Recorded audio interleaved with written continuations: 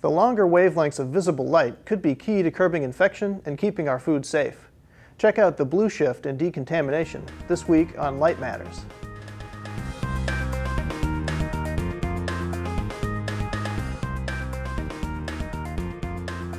This is Light Matters for July 22nd, 2015. I'm your host, James Lowe. This week, we'll look at decontamination techniques using visible light. We'll also learn about an optical device for testing blood sugar levels that's making its way toward the market. But first, we report on a setback for Solar Impulse 2, the solar-powered airplane we've been following in its attempt to fly around the world without using any fossil fuels. The plane will be grounded until next spring while its crew repairs batteries that were damaged by overheating during a continuous 5-day flight from Japan to Hawaii earlier this month. The crew said it didn't anticipate how battery temperature would be affected by flight in a tropical climate. The batteries overheated during the plane's first ascent and were prevented from cooling by too much insulation. Over the next several months, the Solar Impulse engineering team will be looking at ways to better manage battery temperature on extended flights. The plane's next planned flight is from Hawaii to Phoenix, a trip that could take about 48 hours based on its average speed of 60 miles per hour. Next up, biophotonics editor Rod Pedrati tells us about an optical device that could make finger-prick blood tests unnecessary for people with diabetes. Thanks, James. GlucoSense Diagnostics, a spin-off company of the University of Leeds in England, hopes the device will simplify glucose testing for diabetics, many of whom need to test their blood sugar levels multiple times per day. The sensor uses a nano-engineered silica chip with an active layer of ions that fluoresce when illuminated by a low-power near-infrared diode laser. The fluorescence decay changes when the device's surface comes in contact with the skin, and this is due to the glucose in the bloodstream absorbing and scattering the light. By doing so, it can determine blood glucose levels in only about 30 seconds. The system was developed by University of Leeds professor Jin Jose. We are now in the product development phase in which we are developing two products. One is a finger touch meter and a wearable continuous monitoring device. And these devices will be compatible with the mobile phone platforms. Jose said one clinical trial has already produced favorable results, but that more testing and product optimization is needed before these sensors hit the market.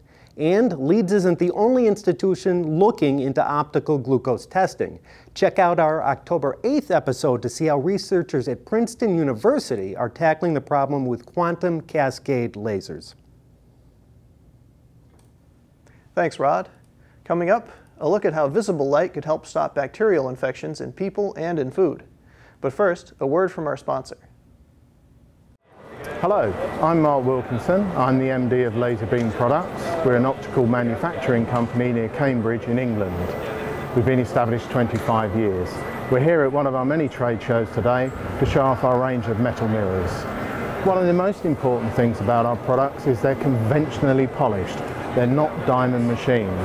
And the beauty of this means that the surfaces are extremely smooth. Our website is www.lbp.co.uk and you can email us online. We're also on Twitter, that's @LaserMirror, and you can find us on Facebook as well. Welcome back. Ultraviolet light is very effective at killing potential disease vectors like bacteria and viruses. Last December on Light Matters, we reported about a xenon flash lamp system from Xenex that emits pulses from 200 to 320 nanometers. At the time, it was being marketed to hospitals as a safeguard against Ebola, MRSA, and other potential superbugs. Such a heavy-duty system, though, requires a technician to operate and can't be used when people are in the room. So what if there was a simpler, human-safe way to combat more run-of-the-mill infections? The answer could lie at slightly longer wavelengths in the visible spectrum of light. Kennel Manufacturing of Kenosha, Wisconsin is now marketing light fixtures that emit at 405 nanometers that can be used to continuously disinfect hospital rooms and even waiting areas. The company says its Indigo Clean system inactivates a range of microorganisms that are known causes of hospital-acquired infections like C. diff and staph. The technology was developed at the University of Strathclyde in Scotland and has been in use at Glasgow Royal Infirmary since 2008. Medical settings may not be the only place where visible light disinfection can do good. Researchers at the National University of Singapore are looking at how LEDs emitting at 461 and 521 nanometers could help keep bacteria like E. coli and Salmonella out of prepared foods. They report in the journal Food Microbiology that the approach is most effective at colder temperatures and in slightly acidic conditions, making blue LEDs potentially useful for preserving refrigerated fresh-cut fruits and ready-to-eat fish and meat. Meanwhile, last week at its annual conference in Chicago, the Institute of Food Technologists hosted a discussion on light-based techniques for extending shelf life and enhancing food safety. Panelists said more research is needed to determine whether these kinds of light completely penetrate food products to wipe out all traces of harmful pathogens. So it may be some time before you start to see blue glow from the supermarket freezers. And that's it for this week's show.